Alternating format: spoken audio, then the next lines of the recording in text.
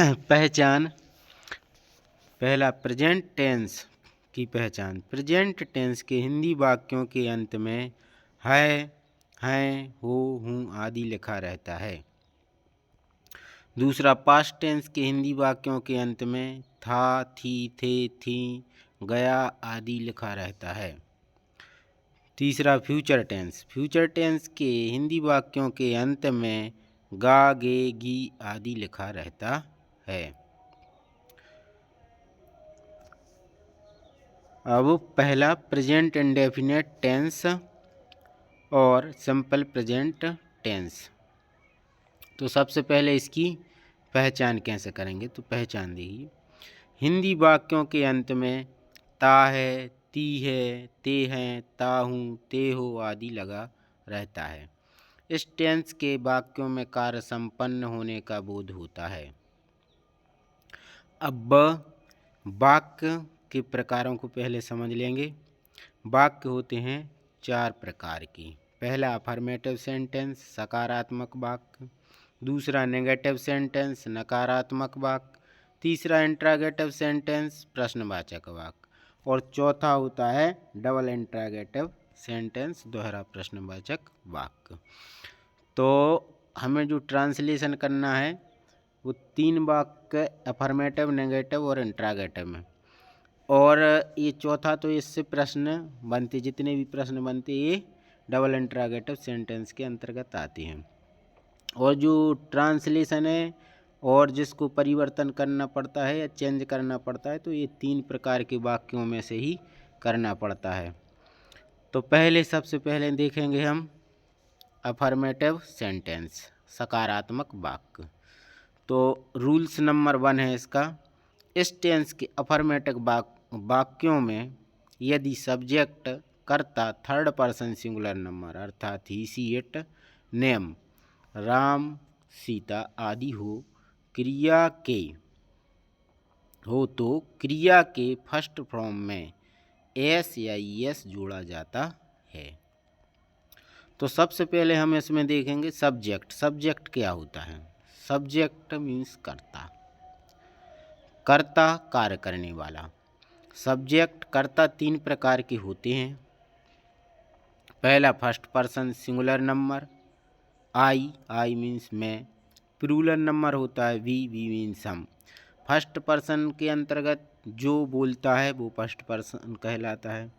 Second person जो सुनता है वो सेकंड पर्सन, और जिसकी हम चर्चा करते हैं वो थर्ड पर्सन कहलाता है। तो दूसरा है सेकंड पर्सन यू मीन्स तुम या आप।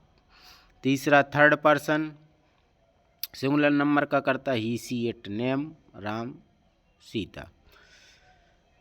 प्लूरल नंबर दे, वे, boys, girls, Ram and Ravi. तो ये कर्ता सब अच्छे से याद कर लेना और किसी कापी में लिख लेना, क्योंकि जितने भी वाक्य बनेंगे उनमें सबसे महत्वपूर्ण पॉइंट यही है, कर्ता। अब सब संरचना स्ट्रक्चर, वाक्य की संरचना जो हमने नियम पढ़ा है उसी के अनुसार है, अच्छे से समझें। सबसे पहले है सब्जेक्ट, उसके बाद प्लस मेन वर्ब का फर्स्ट फॉर्म प्लस एस या एस प्लस ऑब्जेक्ट। और यदि ऑब्जेक्ट तक ही सेंटेंस है तो उसके बाद फुल स्टॉप लगा के ख़त्म करेंगे। लेकिन यदि और बड़ा वाक्य है तो उसकी संरचना देखें। सब्जेक्ट प्लस मेन वर्ब का फर्स्ट फॉर्म प्लस एस या S plus object plus dash dash dash वाक्य विस्तार। जितना भी बड़ा सेंटेंस है तो वो सब वाक्य विस्तार में ऑब्जेक्ट के बाद लिख देते हैं। अब देखेंगे हम वाक्य कैसे बनाएं। एग्जाम्पल, वह स्कूल जाता है।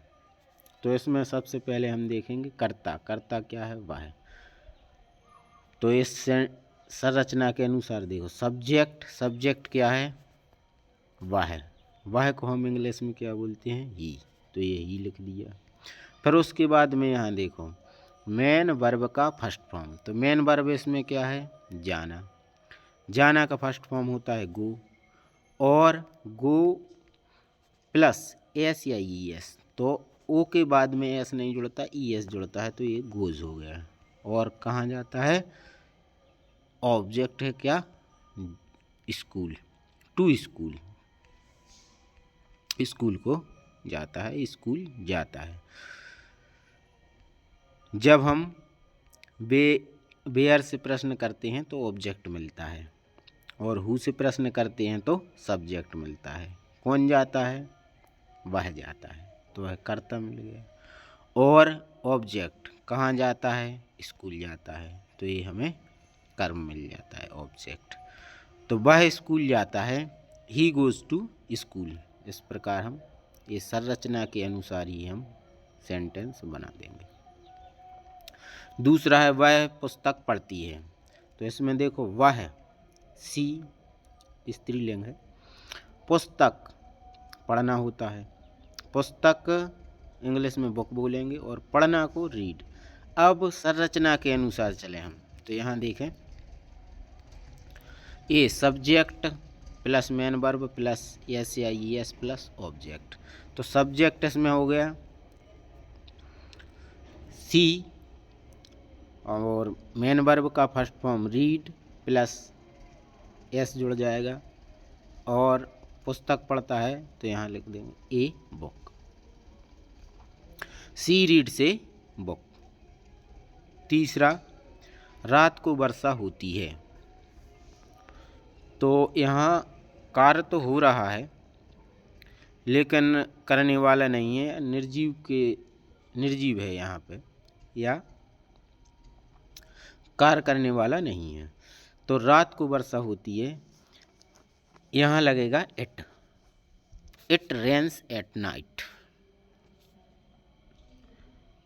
रेन वर्षा होना, एस लग जाएगा, एट मतलब नाइट के पहले एट लगता है, रात को, at night, it rains at night, रात को वर्षा होती है। आगे चलें। चौथा है राहुल पुस्तक पढ़ता है, करता है राहुल। फिर उसके बाद में पढ़ना मेन वर्ब का फर्स्ट फॉर्म, तो रीड प्लस एस लग जाएगा, ए पुस्तक को इंग्लिश में बोलते हैं बुक, ऑब्जेक्ट है यहाँ बुक, राहुल रीड से बुक, तो ये सेंटेंस बन गया। पांचवा सीता गाना गाती है, कर्ता कौन है? सीता, हु से प्रश्न कर, हु मतलब कौन, तो कौन है यहाँ? कर्ता सीता, गाना कौन गाती है? सीता, तो ये कर्ता हो गया सीता। गाना सिंग्स ए सॉन्ग, गीत को बोलते हैं song, Sita sings a song. तो यहाँ पे जो नियम बताए गए हैं, कर्ता और वाक्यों के प्रकार और जो नियम बताए गए हैं, उन्हें अच्छे से अपनी कॉपी में नोट कर लेना, और संरचना के अनुसार वाक्यों को बनाना सीखना। रट्टू तोता मत बनो, खुद वाक्य बनाना सीखो। यही इस वीडियो में सिखाया गया है, और यही इस वीडियो को बनाने का तात्पर्य है कि ये इतना लंबा वीडियो में 4-5 वाक्यों के लिए इसलिए बना दिया, इतना बड़ा वीडियो, कि हर नियम को समझो। कर्ता क्या है, क्रिया कब ऐसे ही ऐसे लगता है, कौन से नियम के अंतर्गत आता है, अफर्मेटिव सेंटेंस क्या है, नेगेटिव सेंटेंस क्या है, ये सब खुद को पता होना चाहिए। जब हम सेंटेंस बनाना सीखेंगे, और जब हम खुद बनाना सीखेंगे सेंटेंस, वही सही है। कोई भी सेंटेंस रट के बोल देना, ये कोई अच्छी बात नहीं है। कब तक रटेंगे, फिर भूल जाएंगे। इसलिए खुद बनाना सीखें, और यदि इसी प्रकार इंग्लिश सीखना चाहते हैं और वाक्य बनाना सीखना चाहते हैं, और ये वीडियो यदि अच्छा लगा है आपको, तो लाइक करें, चैनल को सब्सक्राइब ज़रूर कर लें, क्योंकि जो आने वाला वीडियो है उसका नोटिफिकेशन आपको सबसे पहले मिल जाएगा। और यदि आप कोई अपने मित्र का भला चाहते हैं तो इस वीडियो को शेयर कर दें ताकि उसका भी भला हो सके। धन्यवाद।